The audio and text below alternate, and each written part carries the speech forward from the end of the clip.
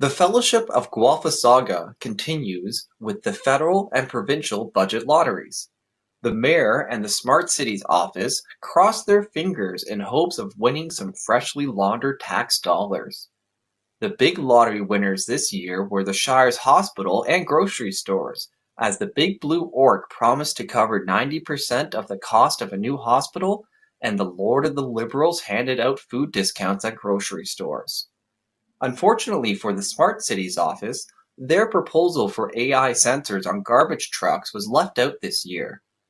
Meanwhile, Carly of Classen and the Elder Elves were following the rule of the ward, and Rodrigo of Gawler was still stuck in the frozen woods.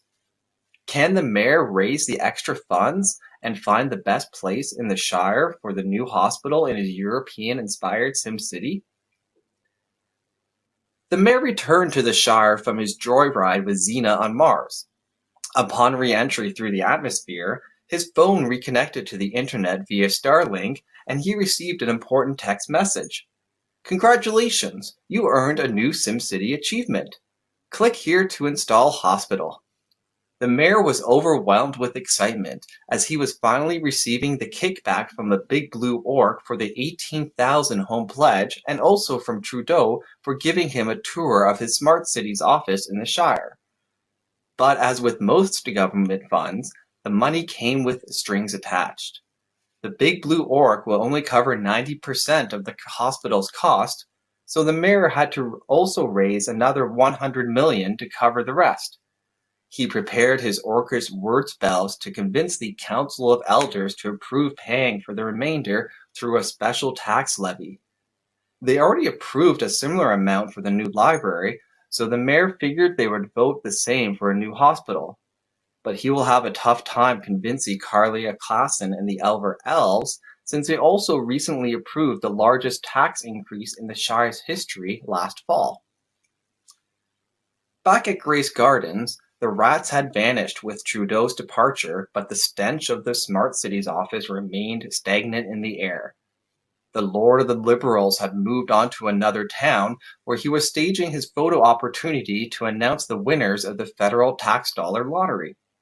Pretending to shop in a grocery store like a normie, Trudeau took glamour shots of himself talking to crisis actors about food scarcity and inflation. Sticking to the script, Trudeau announced a grocery rebate program for low-income families. Unfortunately for Dave Messier, Trudeau didn't fund the Shire's Smart City AI garbage truck project, which is the missing technological piece to fully implement the World Economic Forum's carbon credit digital currency. But Dave Messier and the Smart Cities office have until 2025 to get there, so Trudeau simply nodded to them for next time. Meanwhile, in the Council of Elders chambers, Carly of Classen and the Elder Elves were hard at work dealing with food scarcity and the Smart Cities office stench still billowing across the Shire. Unlike Trudeau, they were looking for no-strings-attached solutions to food scarcity that actually helps everyone in the Shire, no matter their status or class. The feedback from the community gardens has been compiled, and the food bank is launching a food drive this spring. Even with all the commotion and conflicting federal and municipal projects doing the same thing, Carly and the Elder Elves kept their discipline and followed the rule of the ward by approving a 6-story seniors complex in the main corridor through Guelphissauga, aka Ward 6. In the deep northern forest, Rodrigo of Gawler woke up again inside Bruce of Bold's wooden house. This time, he was sleeping in a chair with blankets draped over him, and his feet were inside buckets filled with cold water. Rodrigo tried to get up, but couldn't since his feet were frozen solid in cubes of ice. The door opened and Bruce entered and noticed Rodrigo was finally awake. "Good morning, Mr. Gawler," he said as he was zipping up his jacket.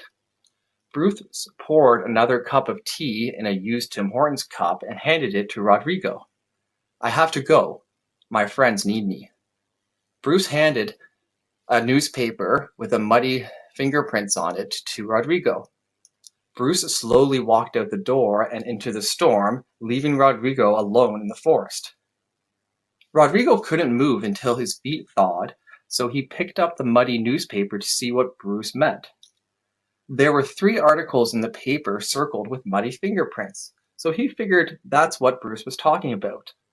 The first 2 pieces of news were about Airbnb-style rentals now requiring licenses in the Shire and an encampment near the Hanlon getting cleared out. Rodrigo figured the encampment was a black market Airbnb and it was clearing out instead of getting a license, like most illegal businesses do. The last article was about a fire at 148 Wyndham Street North, where the former tenants are still homeless and hadn't had their belongings returned. Rodrigo figured Bruce ran off to help with those friends in need. Will Rodrigo of Gawler ever find a way out of the forest? And can the mayor successfully place the new hospital in the Shire? Stay tuned here to see.